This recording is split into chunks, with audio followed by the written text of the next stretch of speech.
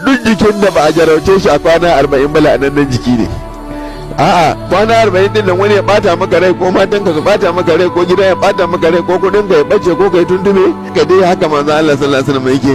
Saboda ka kai koyi da annabi kai hakuri, an fasa masa goshi ce Allah ka shirye su, an karya masa hakuri ce Allah ka shirye su, an kore shi ya je da'ifa, an koro shi ana masa ihu ya dawo ce oh Allah haka kake so ka gani Allah in dai ba fushi kai da ni ba min da ya same ni bai da Allah ce ba komai haka nake so.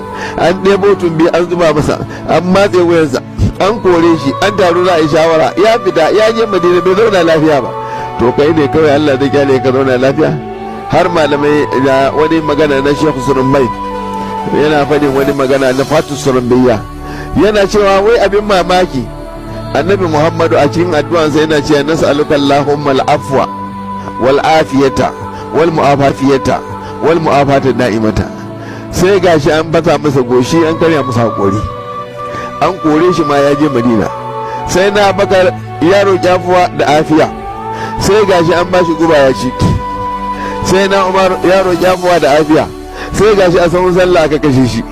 Sai na Usman ya roƙi afuwa da afiya, yana karatun Qur'ani aka yanka shi. Sai na Ali ya roƙi afuwa da afiya, sai gashi shi ma aka kashe shi. Hassan dan sai na Ali ya roƙi abubuwa da afiya, shi ma yanka shi aka yaka ɗauki kansa ana yawo da shi. To wai me yake nufi da abubuwa da afiya? Wai kana nufin Allah ya gyare ka kai ciwo? Ko ka Allah ya tuno maka bala'i? Ko kuwa karka yi talauci? Ko kuwa karka wani ya zage ka? Ko kuwa wani a'a afuwa da afiya zuciyanka yadda. Afuwa da afiya duk abin da ya same ka ka yadda daga Allah ne.